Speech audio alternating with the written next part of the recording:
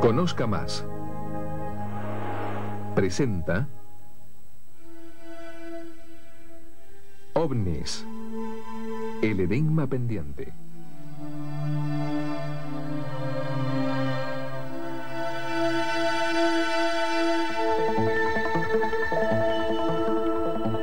Este es nuestro hogar, nuestro mundo. En él nacemos, sentimos, luchamos, amamos y morimos.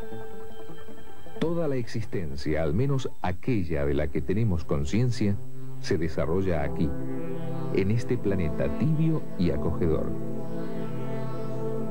Más allá, el cielo, el dilatado vacío que cada noche se adorna con millones de estrellas. Es entonces cuando nuestro mundo más se asemeja a una isla perdida en el más ilimitado de los océanos. No es extraño que el hombre se haya sentido solo y en su mente fraguara la idea de que al otro lado de las nubes no existe más que el silencio de un helado universo ausente de vida. Nadie puede venir desde ese negro horizonte de estrellas porque nadie hay en el inmenso cosmos excepto nosotros. A no ser que, pese a todo, no estemos solos y otras gentes de otros rincones del espacio hayan encontrado la forma de llegar hasta aquí. Y eso es lo que, al menos aparentemente, está sucediendo. A falta de otro término más descriptivo, utilizamos el de OVNIS, objetos voladores no identificados, para referirnos a lo que miles de testigos en todo el mundo cuentan haber visto. Vehículos de origen y tecnología desconocidos que cruzan nuestros cielos y aterrizan en nuestros campos.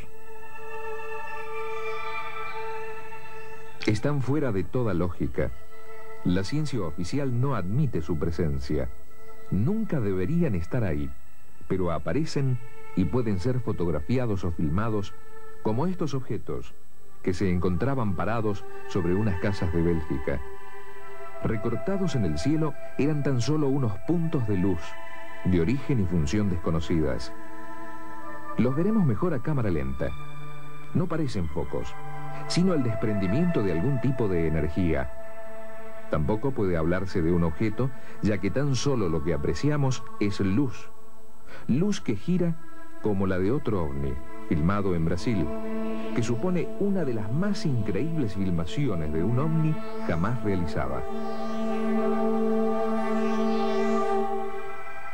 Fue filmado en Sao Paulo el 29 de mayo de 1986 por una productora de video que hacía un comercial. Se encontraban sobre un edificio y dominaban un amplio horizonte. De repente, observaron a lo lejos una luz. El operador de cámara pudo rodar durante varios minutos las evoluciones del ovni. Era como una bola de fuego. No emitía luz, sino una especie de energía que giraba alrededor del objeto y que cambiaba de color, del amarillo al rojo. La luna se encontraba situada a la derecha y al acercarla con el zoom puede apreciarse su tono blanco sin destellos aparentes. El ovni era otra cosa. El operador efectuó varios desenfoques para apreciar la exacta distancia al objeto. En un momento determinado, el ovni se alejó y dejó de brillar alternativamente. Luego, finalmente, desapareció. Los ovnis son un fenómeno que para unos no traspasa los límites de lo meramente psicológico y para otros es tan material y tangible como nuestros aviones. Un fenómeno que es susceptible de múltiples interpretaciones, pero que ha encontrado eco en las propias universidades, sirviendo de tema para conferencias, coloquios o encendidos debates. Y también los gobiernos de los distintos países han destinado tiempo y grandes presupuestos a su estudio.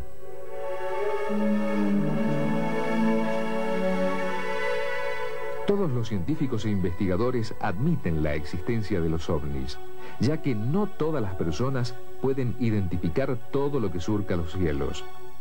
La polémica surge cuando se intenta interpretar los fenómenos. Para los escépticos, los ovnis son producidos por histerias de masas o nervios de guerra, trampas de personas que buscan publicidad, personalidades psicopatológicas e interpretación errónea de objetos conocidos y explicables racionalmente.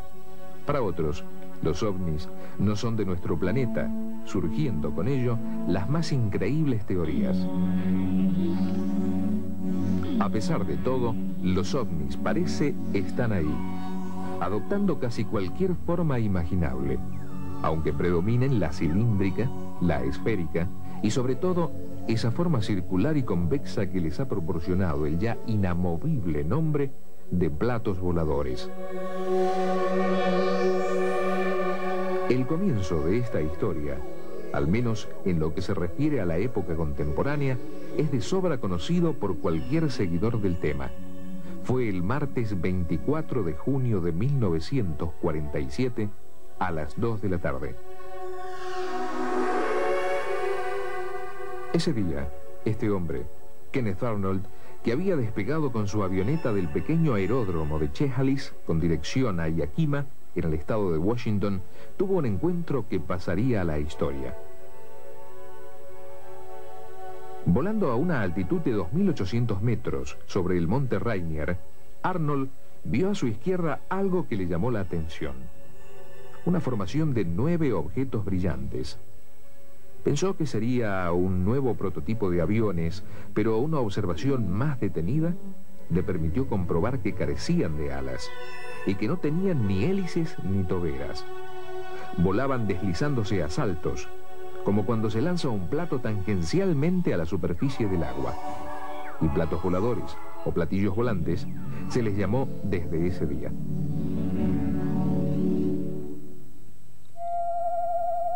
En realidad no fue ese el primer avistamiento.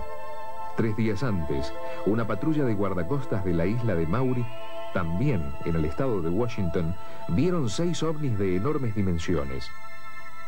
2 semanas después, un reportero del Louisville Times de Kentucky obtenía esta fotografía, probablemente la primera que se publicaba en un periódico. En ella se ve claramente el rastro luminoso dejado por 2 ovnis de forma circular.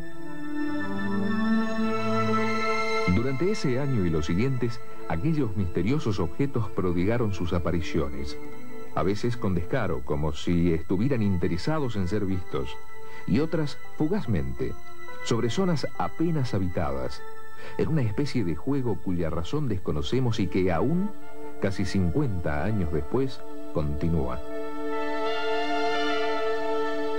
Los testimonios se multiplicaron y pronto no fueron decenas, sino decenas de millares las personas que decían haberlos visto.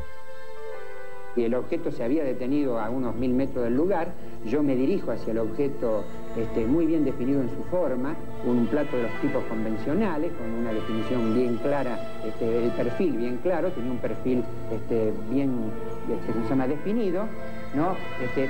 Un haz de luz bastante simple, suave, el haz de luz y un zumbido simplemente. No había ruido escandaloso ni nada por el estilo, era suave el zumbido del aparato. Y al llegar acá, me encontré con una luz muy potente que venía del Cerro Uritorco y se desplazaba muy suavemente hacia el oeste, dejando una estela en forma de triangular. Esa luz, después que se perdió en el horizonte, empezó a volver y se formó un aro luminoso muy grande. En el monte Overo, que está en el fondo, se produjo un avistamiento de lo que se puede calificar como de ovni, ya que en una secuencia de casi 3 horas se presentó una luz muy blanca, lechosa, del cual se desprendía una luz roja en forma vertical, y luego se producían una serie de luces, de destellos de distintos colores, que giraban como un carrusel. Salimos con el móvil de patrulla. Al llegar a la Plaza San Martín, prendimos la baliza porque vimos una luz roja en el cerro. Prendimos la baliza y la luz se acercó un poco más y se puso entre color amarillento y rojo. Para los norteamericanos no era una novedad.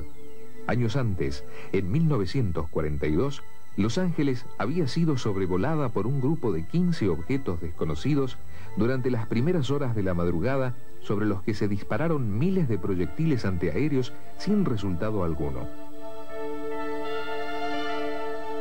El gobierno de los Estados Unidos, ante la avalancha de avistamientos ovni, creó equipos especializados para estudiar todas las denuncias y, más que nada, la posible defensa del país ante prototipos aéreos de potencias enemigas. El más importante fue el denominado Libro Azul, para el que trabajaron renombrados científicos, el FBI, la CIA e investigadores especiales de las Fuerzas Armadas. El proyecto Libro Azul definía el término ovni como objeto aéreo que por su ejecución, características aerodinámicas o rasgos inusuales no se conforma a un tipo conocido de avión o misil o no puede ser identificado como objeto o fenómeno conocido. Sus trabajos se desarrollaron entre los años 1947 y 1965, estudiando un total de 10.147 observaciones ovni. Tras todos esos años, los encargados del proyecto emitieron un veredicto. No parece existir evidencia verificada y plenamente satisfactoria de que algún caso se encuentra fuera de la estructura de la ciencia y tecnología conocidas hoy en día. Para los responsables del Libro Azul, la mayoría de las visiones de la gente no eran naves espaciales extraterrestres, sino estrellas brillantes, globos, satélites, cometas, bolas de fuego, naves aéreas convencionales, nubes en movimiento, regueros de vapor, misiles, rayos, luces de búsquedas, reflejos del sol en pájaros o bandadas de patos, señales aisladas de radar, fuegos artificiales y llamaradas. El Libro Azul admitió de entre sus más de 10.000 investigaciones que 646 de ellas no podían identificarse o hallar una explicación satisfactoria. Además, muchos de los casos explicados aportaban bases suficientes para la incredulidad. Todas las investigaciones realizadas por el proyecto Libro Azul no sirvieron para que el asunto de los ovnis fuera archivado y el propio gobierno de los Estados Unidos inició nuevos estudios. La cuestión era si tales objetos no identificados que se paseaban impunemente por el cielo de América y de Europa eran vehículos experimentales de algún país, posiblemente de la entonces hermética Unión Soviética, o tenían un origen extraterrestre. Lo cierto es que esa forma circular ya había tentado a los ingenieros alemanes, y el fin de la Segunda Guerra Mundial permitió saber que, al menos en el tablero de dibujo, los platos voladores habían formado parte de los proyectos nazis. La peonza voladora de Schreiber, el plato volador de Meade o el B-7 no llegaron a volar, y puede que alguno de ellos fuese incluso una simple fabulación, pero constituían una posibilidad, un punto de partida para situar a los ovnis dentro de la tecnología terrestre. Los mismos norteamericanos fabricaron dos prototipos de forma sensiblemente circular, el B-173 y el XF-5B-1, destinados a las fuerzas navales y rebautizados por los pilotos con el nada romántico nombre de tortillas volantes. No aportaban ventaja alguna sobre los aviones de forma convencional, y el proyecto fue abandonado. Lo mismo sucedió con el Avro-Avrocar, una especie de helicóptero compacto destinado a alcanzar los 480 kilómetros por hora, pero que apenas consiguió elevarse unos metros sobre la pista de prueba. Muchos años después, los ingleses diseñaron el Skyship, cuyas pruebas, en un hangar del Real Centro Aeronáutico de Cardington, estamos viendo. Es un modelo a escala. De haberse completado el proyecto, el Skyship hubiera medido 220 metros de diámetro. En realidad, se trataba de un globo de helio y no de otra cosa. Nunca pasó de la fase de prototipo a escala que recogen estas imágenes. Decididamente, La forma de plato en nada se concilia con los métodos de propulsión al uso, ya sean hélices o toberas, y la aerodinámica, que ha avanzado extraordinariamente en los últimos 40 años, se mantiene fiel al esquema clásico, con alas más o menos atrevidas, timones más o menos grandes y motores más o menos potentes. La razón es simple: las leyes aerodinámicas y los sistemas de propulsión conocidos no permiten demasiadas variaciones. Lo que llamamos ovnis parece ser algo radicalmente distinto. Se trata de vehículos movidos por una energía para nosotros impensable, que se comportan como pequeños planetas más que como naves y cuya capacidad de maniobra supera lo que el más fantasioso de los ingenieros terrestres pudiera imaginar. Sin embargo, a pesar de las evidencias y de los millones de testigos, los ovnis siguen sin ser aceptados como una realidad para aquellos que anteponen las leyes físicas conocidas a los hechos, cuando estos vulneran el orden científico establecido. Su argumento fundamental es que en el sistema solar no existe otra posibilidad de vida inteligente que la terrestre, lo que situaría el origen de los ovnis en planetas de otros sistemas estelares. En el caso sumamente improbable de que hubiese otras especies inteligentes en el universo, las distancias a recorrer son tan inmensas que aunque las naves alcanzaran velocidades fantásticas, tardarían siglos o milenios en llegar hasta aquí. Y el argumento sería válido si ese universo se rigiera únicamente por las leyes físicas que el hombre conoce en la actualidad. La propia NASA se ha visto afectada por los ovnis, pudiéndolos fotografiar varias veces junto a los cohetes lanzados al espacio en los proyectos Skylab, Gemini 4, Gemini 5, Gemini 7, Gemini 12, Apolo 11 y Apolo 12. Numerosos astronautas, tanto rusos como norteamericanos, afirman haber tenido encuentros con objetos o luces no identificadas. Si bien los científicos son reacios a admitir la presencia de los ovnis, la NASA, por si acaso, en la sonda Pioneer 10 fijó una placa de aluminio con una capa de oro, donde se representaban un hombre y una mujer proporcionalmente dibujados junto a la sonda y unas líneas con 14 púlsares, la frecuencia del átomo de hidrógeno y el Sol con sus planetas, con indicación clara del punto de partida de la sonda para que cualquier ser extraterrestre que pudiera interceptarla conociese su procedencia. La saga de los contactados se inició con este hombre, George Adamski, un norteamericano de ascendencia polaca que el 20 de noviembre de 1952 entró en contacto con un presunto venusiano de larga cabellera y aspecto angelical. Su historia es increíble, por eso los investigadores del fenómeno ovni le dieron la espalda. Sus fotografías, tomadas en el transcurso de numerosas citas, resultaron demasiado perfectas para ser auténticas. Aquellas naves, con una cúpula dotada de ventanillas procedentes de otras gigantescas de forma cilíndrica, parecían excesivamente teatrales, como lo eran los mensajes que recibía de sus amigos extraterrestres, preocupados por las pruebas nucleares y los destrozos ecológicos sufridos por el planeta. Parece evidente que se trataba de un engaño, entre otras cosas porque Venus no resulta un planeta confortable para ningún ser vivo, por muy angelical que sea su apariencia.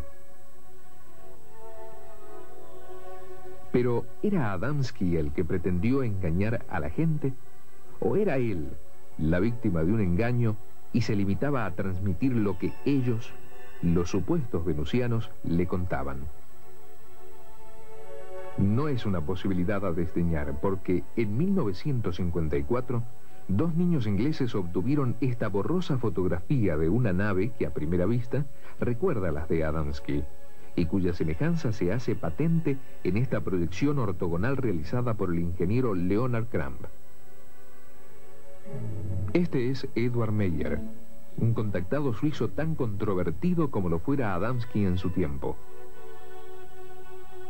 Su contacto se inició el 28 de enero de 1975 a las 2 horas y 12 minutos de la tarde en las inmediaciones de Hinwell, en el cantón suizo de Zurich. Desde esa fecha, ha mantenido más de 100 entrevistas con ellos, obteniendo innumerables fotografías y filmaciones. Adaptados a la época actual, los tripulantes de estas naves no dicen proceder de nuestro sistema solar, sino de mucho más lejos, de un planeta llamado Erra, del sistema Taigueta en la Pléyades. Su mensaje es también más coherente, puesto que no pretenden adoctrinarnos, sino simplemente que nos vayamos acostumbrando progresivamente a su presencia.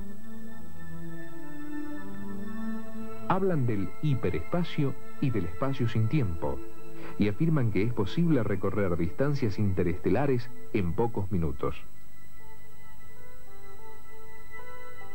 En las filmaciones obtenidas por Meyer, puede verse cómo esas naves desaparecen de un fotograma a otro, coincidiendo con lo que afirman muchos testigos, que describen la repentina ausencia del ovni que estaban contemplando como una brusca desaparición sin más. Son las mejores filmaciones y fotografías obtenidas hasta ahora, y por ello, las que más se han estudiado. La posibilidad del trucaje siempre ha estado presente en todos los investigadores que han hablado con él y que han examinado las pruebas. Aunque han pasado 20 años, nadie ha conseguido desprestigiarle. La simpleza de su cámara de fotos y de película de 8 milímetros abre un enorme interrogante sobre cómo un hombre que le falta un brazo pudo falsear las tomas. Y no son pruebas superficiales, como este ovni filmado que no se mueve mientras el aire agita las ramas del árbol. O como este otro, que aparece detrás de las ramas de un árbol haciendo imposible el modelo a escala.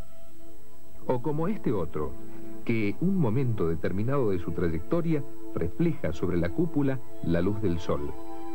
Las fotos de Meyer han sido sometidas a todas las posibles investigaciones que la técnica puede aportar. Meyer es el último gran contactado por el momento, pero es solo la punta de un iceberg. Cada día surgen nuevos casos de avistamientos, casos para los que la ciencia no ha encontrado una explicación convincente. Por eso, el caso OVNIS sigue siendo un enigma pendiente.